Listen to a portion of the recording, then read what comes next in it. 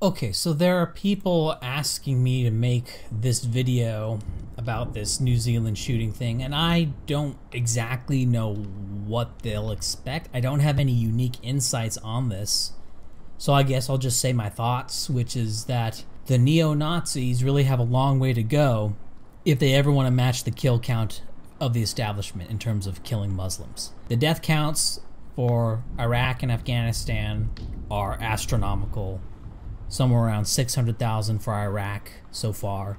And people are getting killed there every day as a direct result of U.S. action, destabilizing Iraq and also destabilizing Syria, creating that astroturf government in Afghanistan, which is just a cup of trembling, and it's just causing an endless war there. And I'm sure you've seen the comments on this by the shit libs. The comments on this immediately are about retribution against the alt-right. This is the first place that people reporting on this are going. The war in Iraq is responsible for about 109 deaths per day averaged across the occupation. These are wars that we opposed. I don't know what you'd call us.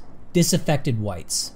Yeah, the disaffected whites, the ones who supported Trump and are now starting to move towards Yang, who hated the Bushes, oppose the wars, want the borders closed, want the tariffs up. These people, disaffected whites, that's a good term. Some of us lose their minds and start imagining that they're Nazis or something, and they do things like this. Usually it doesn't go quite this far.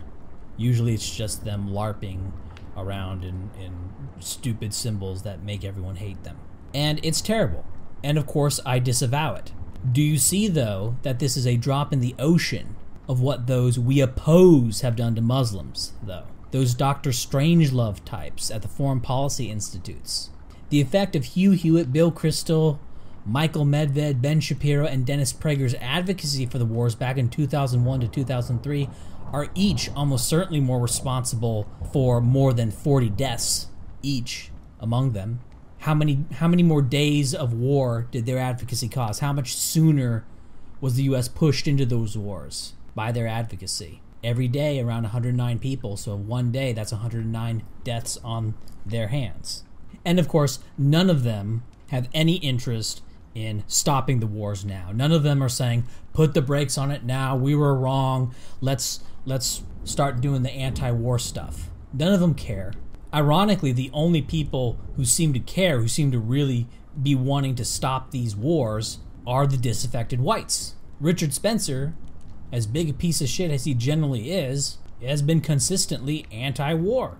Heck, Colin Powell, that guy who had those PowerPoint presentations of mobile weapons labs hidden in trucks that they kept moving around. Why? Right? That's why the UN weapons inspectors couldn't find them, because they had these entire laboratories that were, and entire production facilities that were just loaded onto trucks and moved around, you know, just in the nick of time to avoid the UN weapons inspectors, right? Colin Powell was pushing that crap, and that lie that led to that war.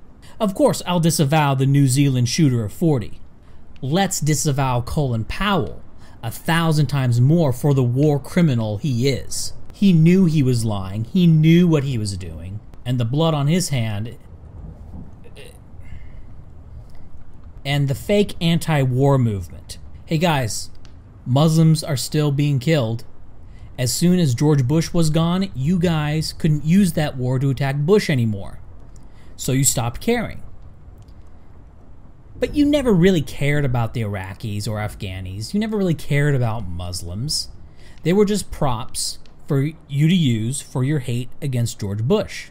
And given how you don't give the slightest whiff of concern over the 100 or so deaths a day in Iraq and however many more in Afghanistan are still going on, now we are to believe that your outrage over 40 dead in New Zealand is genuine? That this is real? You don't care about the 1,000 times greater deaths that occurred in the past month. No, you care about this one-off 40 deaths in New Zealand. No, your concern about this is fake, and those dead in New Zealand are just your props for you to continue your war against disaffected whites. Of the three groups in question on these matters, the political establishment that supports open borders and endless wars, the Muslims, and the disaffected whites with no political power. The disaffected whites are by far the least harmful and the least dangerous of these three groups. Sure, we have some things to apologize for, things that are infinitesimal compared to the blood on the hands of the neoliberal establishment, and certainly far less than the blood on the hands of the Muslims, even. Though of the three, the neoliberal establishment is definitely the worst by a very long mile. 40 dead in New Zealand, and that's the high watermark.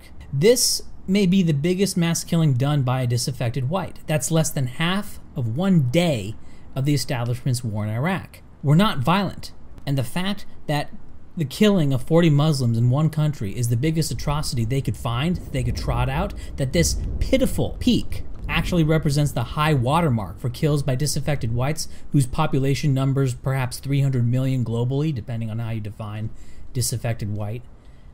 That is a testament to how profoundly peaceful and tolerant we really are.